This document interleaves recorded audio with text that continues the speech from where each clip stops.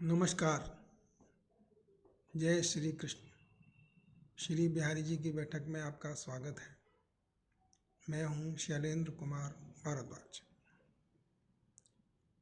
गुरु जी का हर वक्तव्य, हर शब्द एक गूढ़ अर्थ लिए हुए होता है। जब हमारी समझ में इसका अर्थ आता है तो हम खुद भी आश्चर्यचकित हो जाते हैं। गुरु जी कहते हैं कि इस दृश्य जगत को चलाने वाली अदृश्य शक्ति को निहारना सीखो। कितना गूढ़ रहस्य। कोई भी काम बगैर शक्ति के नहीं होता, ये सर्वविदित तथ्य है। हर कर्म के पीछे एक शक्ति लगी होती है। हम इस संसार को चलते हुए देखते हैं, प्राणियों को गतिशील अवस्था में देखते हैं और समस्त सृष्टि में सभी ग्रह नक्षत्र अपने अपने निर्धारित कार्यक्रम के अनुसार अपनी अपनी गति से चल रहे हैं। इसके पीछे कोई ना कोई शक्ति है और इस शक्ति को निहारना, इस शक्ति को देखना ही आध्यात्म विज्ञान का परम ऑब्जेक्टिव है, दायित्व है।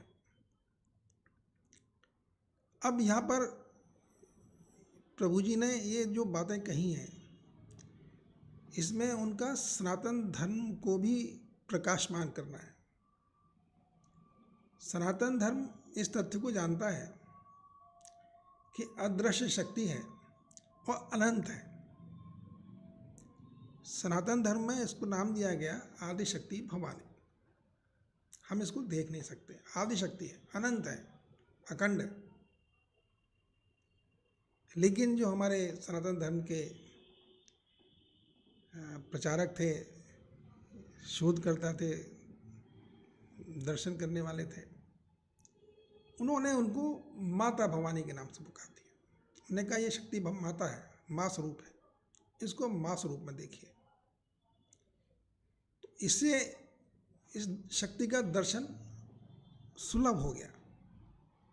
हमने इसको मात्र रूप दे दिया और एक आकृति भी दे दी, अष्टभुजा की, 10 भुजाओं की। इन सब के पीछे कोई ना कोई कारण और कथा है, लेकिन फिलहाल हमने ये देखा कि हमने इस अनंत शक्ति को, अनंत भवानी को माँ स्वरूप में देखना शुरू कर दिया। क्योंकि वो जानते थे, दर्शन शास्त्र के जो प्रणेता थे, मतलब सनातन धर्म के जो प्रणेता थे, वो जानते थे अनंत शक्ति को आप देख ही नहीं सकते, उसकी तरफ आपका नज़र जाएगी नहीं। तो पहला काम उन्होंने किया, इस शक्ति को उन्होंने एक विग्रह का रूप दे दिया, माँ का रूप दिया और माँ के साथ एक विग्रह का रूप भी दे दिया। और जब आप विग्रह को देखिए तो उस विग्रह के पीछे छुपी हुई अनंत अदृश्य शक्ति के दर्शन करिए। सनातन धर्म में जो मंदिर की परंपरा है, उसके पीछे भी यही कारण है। एक विग्रह है, शक्ति अनंत है, अदृश्य है, नहीं दिखाई देती, लेकिन देखने की चेष्टा करिए। और बगैर विग्रह के शून्य में ताकना, ये भी तो हर व्यक्ति के लिए संभव नहीं है। इसलिए उन्होंने मंदिरों की परंपरा, हमारे सनातन धर्म में है, मंदिरों की दैवीयता को हम लोग स्वीकारते हैं और जो वहाँ पर विग्रह हैं उनको हम जो नाम देते हैं, जो रूप देते हैं, उसके अंदर उस अदृश्य शक्ति का ही दर्शन करते हैं। तो सनातन धर्म की जो प्रथम मान्यता है, मंदिर की कल्पना जो है, श्री विग्रह का जो मूर्तियों की कल्पना है, उसके पीछे सिर्फ यही कारण है कि आप उस अदृश्य शक्ति को देखना, महसूस करिए, जो इस अनंत सर्वत्र व्याप्त है, अनंत जगत में सर्वत्र व्याप्त है। तो एक बात। दूसरा यह है कि शक्ति को देखा नहीं जा सकता, हम ऊर्जा को देख नहीं सकते, हम उसके प्रभाव को महसूस करते हैं।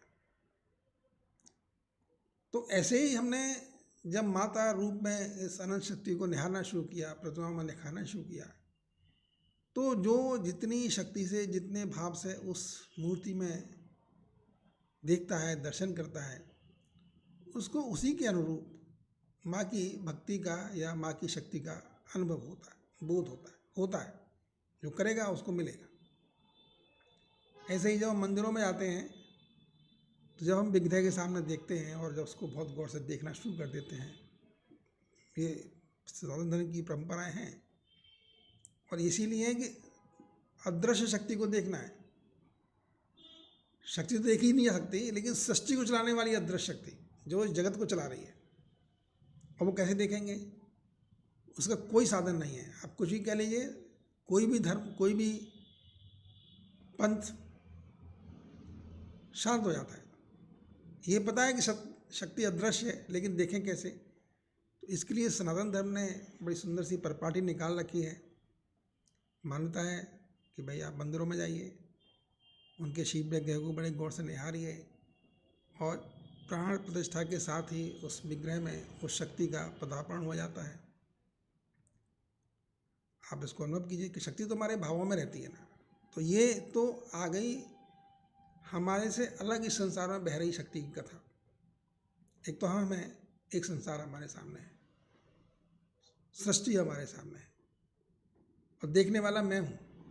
तो अभी मैं अपनी बात नहीं कर रहा हूँ, मैं बात कर रहा हूँ जो दृश्य जगत है, जो हमको दिखाई दे रहा है, जो हम देख पा रहे हैं, उसकी बात हो रही है अभी। लेकिन देखने वाला तो मैं हूँ। तो जब मैं अदृश्य शक्ति को इस दृश्य जगत में खोजना शुरू करता हूँ, देखना शुरू करता हूँ, भावों में बसाना शुरू करता हूँ, तो मेरे अंदर जो अपनी शक्ति है वो भी धीरे धीरे करके जागृत होना शुरू हो जाती है। असली पर्पस जिंदगी में, हर आध्यात्मिक साधना में अपने अंदर की शक्ति को जागृत करना होता है, जो सुप्त पड़ी हुई है, अनकॉन्शियस माइंड में सोई हुई पड़ी है, हमें नहीं पता। तो अगर आध्यात्मिक जितनी साधनाएं हैं, आध्यात्मिक दर्शन, आध्यात्मिक चिंतन, ये सब इसलिए है कि मेरी जो अपनी शक्ति है, जो मेरे अंदर चल रही है, जो मुझे गतिशील बनाती है, मुझे क्रियाशील बनाती है, वो जागृत की जाए। क्या वो जागृत अवस्था में नहीं होती? सामान्यतः नहीं होती। 80% लोगों के माइंड में वो सुप्त अवस्था में रहते हैं। ये शोध हो चुका है बहुत बार कि हम अपनी माइंड की बहुत कम क्षमता का इस्तेमाल करते हैं। हमारी ज़्यादातर माइंड की जो क्षमता है वो सुषुप्त अवस्था में रहती है, सोई अवस्था में रहती है। हम देख ही नहीं पाते, उसको महसूस ही नहीं कर पाते। आप कभी सड़क पर खड़े होकर देखिए लोगों को, चले चले जा रहे हैं, वो चले जा रहे हैं, वो देख ही नहीं पा रहे कि सामने आगे पीछे दाएं बाएं क्या है। क्यों नहीं देख पा रहे? वो एक तरह से सुप्त अवस्था है, क्योंकि उनकी जो माइंड की ऊर्जा है या उनकी जो अपनी ऊर्जा है क्रियाशील नहीं है, सुस्त अवस्था में है। तो मैं इस दृश्य जगत की शक्ति को देखते देखते अपने अंदर की शक्ति को जागृत करने का विधान है। हमारे ऋषि मुनि ये जानते हैं कि अगर आप बाहर की शक्ति को धीरे धीरे करके देखना शुरू करेंगे तो अंततः आपकी अपनी शक्ति भी जागृत हो ही जाएगी, आप देखना शुरू कर ही देंगे। क्योंकि जिस व्यक्ति को देखने की आदत पड़ गई, जिसने उन प्रतिमाओं में शक्तियों को दर्शन करना शुरू कर दिए, तो वो अपने अंदर की शक्ति को देखना शुरू कर ही देगा, थोड़ा देर थोड़ा जल्दी। लेकिन जो भी व्यक्ति मंदिरों में जाके प्रतिमाओं के दर्शन करता है, शिव विग्रह को गौर से निहारता है, उसकी अपनी शक्ति भी जागृत होनी शुरू हो जाती है। तीसरी मंदिरों की विशेष बात यह है कि क्योंकि वहाँ पे जितने लोग भी आते हैं वो उन श्री विग्रह में उस स्वरूप को निहारते हैं, उस स्वरूप का दर्शन करते हैं। राम जी का मंदिर है तो हम भगवान राम की प्रेजेंस को महसूस करते हैं। और ये सभी जानते हैं कि हमारी शक्ति बहुत इम्पोर्टेंट, बहुत महत्वपूर्ण है। आजकल तो आप देखते ही हैं कि एक आदमी की शक्ति, वोट से कितनी बड़ी सरकारें बदलती हैं, जाती हैं, संसार का क्रम चलता है। करने वाले तो हम आदमी ही हैं ना हर चीज़ को।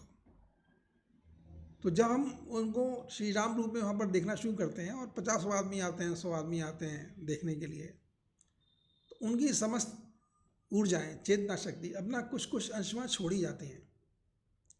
मैं अगर राम को याद करता हूँ, राम को स्मरण करता हूँ, कहीं पर जाता हूँ, मेरे मन में राम बसते हैं। तो मैं वहाँ पर भी राम को ही देखूंगा, और राम को देखूंगा तो मेरा राम चिंतन, मेरे राम की ऊर्जा, मेरा प्रभावमान वहाँ पर रह जाएगा। कुछ मेरे पास चला चलेगा, लेकिन कुछ वहीं पर रह जाएगा। तो इसलिए सब मंदिर बहुत चमत्कारी हो जाते हैं, ऊर्जा के सेंटर बन जाते हैं, केंद्र बन जाते हैं। इसलिए मंदिरों में जाना बहुत महत्वपूर्ण हो जाता है। तो ये भी सनातन धर्म का एक बहुत इम्पोर्टेंट पार्ट है। अब प्रश्न तो मेरा अपना आता है, मैं मंदिर में गया, दर्शन किए, कुछ ऊर्जा ग्रहण की, कुछ ऊर्जा अपने साथ छोड़ आया, तो मैं आदान प्रदान है ऊर्जा का। भगवान के श्री पे के दर्शन करते करते मेरी चेतना शक्ति जब उनके स्वरूप को देखना शुरू करती है, तो मैं अपनी कुछ ऊर्जा भी वहाँ पर दे देता हूँ और कुछ ऊर्जा वहाँ से लेके आ जाता हूँ। और वो जो ऊर्जा मेरे अंदर आती है, मेरी अपनी ऊर्जा को जागृत करने की चेष्टा करती है, क्योंकि मेरे अंदर भी ऊर्जा है, तभी तो मैं चल रहा हूँ, तभी तो मैं बोल रहा हूँ। मेरी जितनी गतिविधियाँ हैं वो मेरी अपनी ऊर्जा से संचालित हो रही हैं। तो जब हम अपनी ऊर्जा को जागरूक करते हैं, जागृत करते हैं, चैतन्य अवस्था हमारी बढ़ती जाती है, हमारी ऑब्जर्वेशन पावर बढ़ती जाती है, हमारा कॉन्शियस माइंड स्ट्रांग होता जाता है, और हम अनकॉन्शियस माइंड की गिरफ्त से धीरे धीरे करके बाहर आते हैं। तो ये आध्यात्मिक साधना का एक छोटा सा संक्षिप्त सा विवरण है। ये है साधना। शक्ति मेरी है, मैं उसका कहाँ उपयोग करता हूँ, कैसे उपयोग करता हूँ, किस एक्टिविटी में उपयोग करता हूँ, ये फिर मेरे ऊपर निर्भर हो जाता है। मेरा कॉन्शियस माइंड ये सोचता है कि भाई ये एक्टिविटी मैं करूँगा, और फिर मैं उसमें लगता हूँ, उसको देखता हूँ, उसको ध्यान देता हूँ उसके ऊपर। तो प्रभु जी का एक वचन तो यहाँ आता है। फिर गीता में अगर कोई पूछे कि गीता का एक वाक्य में आप गीता का सारांश बता दीजिए मुझे, तो मैं कहूँगा अपने स्वरूप में स्थित हो जाना। जो प्राणी अपने स्वरूप में, अपनी आत्मा में स्थित हो गया, फिर उसे कुछ और करने के लिए नहीं बचता है, उसने सब कुछ पा लिया। अंतिम पाने का जो हमारा अभीष्ट ऑब्जेक्टिव है, उद्देश्य है, मंजिल है, वो अपनी आत्मा में लिप्त हो जाना है, अपनी आत्मा में स्थिर हो जाना है। नहीं तो हम भटकते रहते हैं। जैसे हम दिन भर भटकते हैं और रात को आके घर में विश्राम पाते हैं, अपने पलंग में विश्राम पाते हैं, ऐसे ही हमारी आत्मा का निवास स्थान तो हमारा स्वयं का शरीर ही है। इसके बाहर वो जितना घूमेगी, भटकेगी, उतना वो भटकन है उसकी। तो प्रभु जी कहते हैं कि जो अपने आप में स्थित हो जाना, अपनी आत्मज्ञान में प्राप्त कर लेना, अपने आत्मस्वरूप में स्थित हो जाना, आपने आत्मस्वरूप का अवलोकन करना, ये आध्यात्मिक साधना का श्रीमद् भगवद गीता का मूल मंत्र है। ऑब्जेक्टिव यही है कि आप अपने में स्थित हो जाइए। जैसे समुद्र में जो तरंगें बहती हैं, उनमें एक पत्थर की शिला खड़ी रहती है शांत, उसमें फ़र्क नहीं पड़ता कितनी भी तेज तरंगें आ रही हों पानी की, शिला से टकराएंगी, वापस लौट जाएंगी, शिला शांत खड़ी रहेगी। कुछ इसी तरह से प्रभु जी की कल्पना है, या आध्यात्मिक जो चिंतक हैं उनकी कल्पना है, हमको ऐसा हो जाना चाहिए, हम पर कोई प्रभाव ना पड़े। संसार में जो कुछ घटना घट रही है, हमारे अनुकूल या प्रतिकूल, उससे हम अप्रभावित रहें। यही हमारी साधना का, आध्यात्मिक साधना का परम उद्देश्य है। अब इस समय शक्ति मिलेगी कि नहीं, या हमारी शक्ति कितनी ताकत कैसी होगी, क्या स्वरूप होगा, तो ये तो वही जानता है जिसने ये सब अनुभव किए हैं, एक्सपेरिमेंट्स किए हैं, प्रयोग किए हैं, वो कर रहा है। क्योंकि ये प्रयोग कभी ना ख़त्म होने वाले हैं।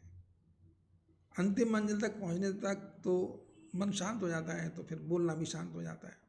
लेकिन पाया सबने यही, कोई ले लीजिए, किसी भी बड़े से बड़े आप संत को ले लीजिए, मंजिल तो यही है सबकी। पंथ कोई भी ले लीजिए, कोई भी संप्रदाय, कहीं से भी घूमिए फिरिए, अंतिम सत्य तो अपना अंदर ही छिपा हुआ है, अपने अंदर ही है सब अंतिम सत्य। अपने अंदर तक पहुंचना ही हमारी मंजिल है। जितनी जल्दी पालेंगे उतना ही जल्दी सुखी हो जाएंगे। सुख तो अपने अंदर ही बसता है, बाहर तो मिलेगा नहीं। तो ये आध्यात्मिक साधना के बड़े सुंदर पहलू हैं। वैज्ञानिक तरीके से, व्यवहारिक तरीके से आप इनको देखें, इन पर मनन करें, चिंतन करें, अपने जीवन को सुखी बनाएं, प्रसन्नतापूर्वक जीवन का आनंद लें। इस शुभकामना के साथ विदा लेते हैं। कल फिर मिलेंगे। जय श्री कृष्ण।